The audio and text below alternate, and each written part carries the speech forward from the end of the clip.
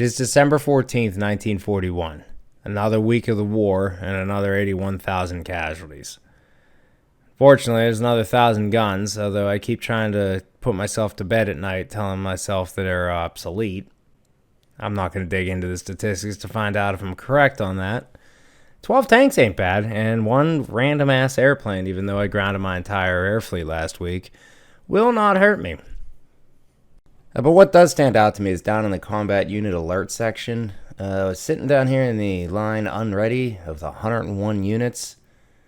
That would be, I'm assuming, somewhere between 10% and 65% under strength.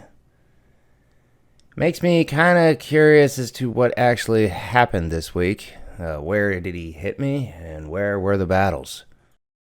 But as I look back at it from the bird's eye perspective, and then my memory kind of jogs, and I realize that it was actually me that did this. See, I'm actually behind in playing this game and doing my video, and I'm not going to get into totally whining and complaining about having to work a lot, but I totally forgot that I brought all these units last turn onto the map, and we're talking 50-plus rifle divisions sitting at 2,000 to 5,000 men total. No equipment. They literally represent the vast majority of all these unready and depleted units. So there's not a major confrontation that happened this week like I first thought when I looked at the turn summary screen. So from the city of Leningrad all the way down to Tambov, the Axis forces kind of shuffle around, but for the most part sit still and continue to dig in for winter.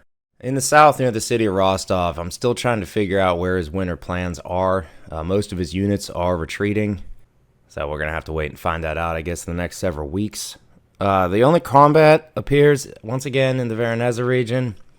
There's an attack to the southeast along my lines, striking at a rifle division.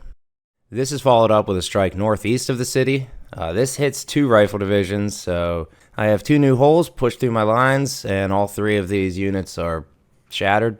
So as you see at the beginning of my turn, large clusters of new units that are all about 10 hexes, spreading all the way out from near north of Kalinin, all the way down to Stalingrad, represents those new units I talked about earlier.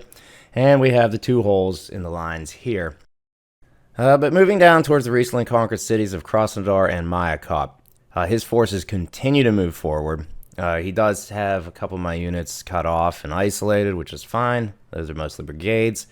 He's starting to apply pressure into the mountain region, and then he's trying to swing eastwards to the far edges of my lines. This move eastward does have me a tad worried. My new units that I brought in are in the same state of affairs as all the other units across the map. I have a couple decent rifle divisions that are standing between him and Grozny. Other than that, it's just the time it takes for him to really march forward. So I'm curious to see how winter treats us in this region. With that in mind, and the fact that the weather down here is currently just snow, and he's moved in bulk of his air units off the map, I'm going to do a limited bombing campaign on his unit that's sitting at the very edge of his line.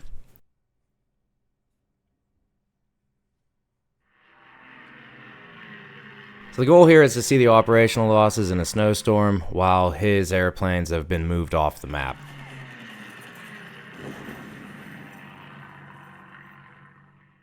And as this progresses, it's actually pretty decent. I'm relatively surprised. I did think it would be higher.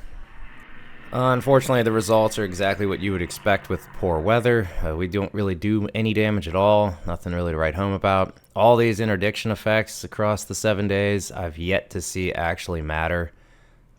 Maybe it'll slow them down like 1 hex or 1 movement point. I'm really not sure how that works. Moving on to the ground, I'm going to start and touch on this a little bit. Just rather quickly, I've been confused by staring at the screen with everything getting different colors. So I'm going to color match them by what front they're in, and hopefully this helps me organize my mind better as I move through my turns. This did take quite a while, though. But moving into the most important thing for me on this turn is what do I do with all these new depleted units? So a few of them do get prioritized, move themselves over to a depot, switch over to an army that hopefully has a high supply priority, and they will get the refit focus. The rest of them are going to dig in hopefully strategic locations.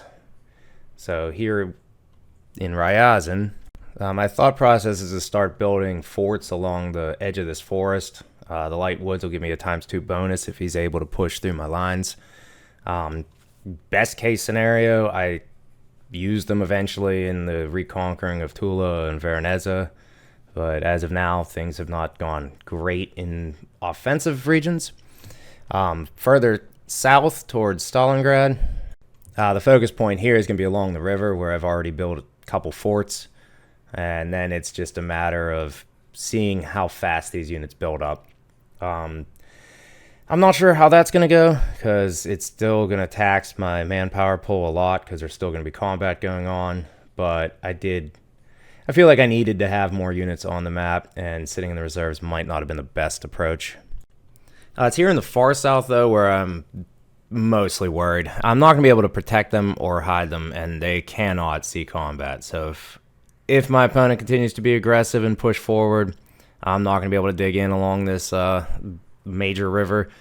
But only time will tell, so we'll have to let this play out. But I might be retreating rather quickly here.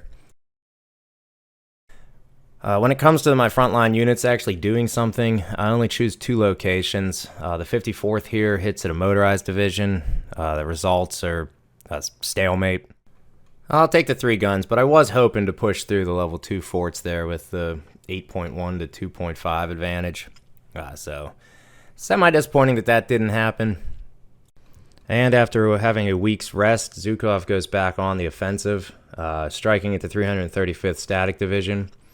And the 321st as well. Fortunately, whenever I ran this, I had my message log set entirely too high, which makes it way too slow to ever develop. So we'll skip to the end here.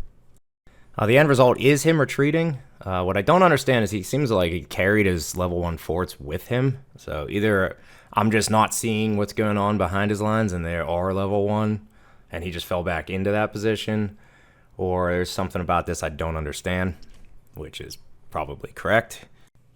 So I'm going to get back to reading some of the manual to try to figure that out, but at the same point in time, just looking at what I'm facing at the beginning of my turn and the decisions that I made as I move the units into place still does bring me somewhat of a bit of excitement, because it's different than what I've done before in the various other versions of this game.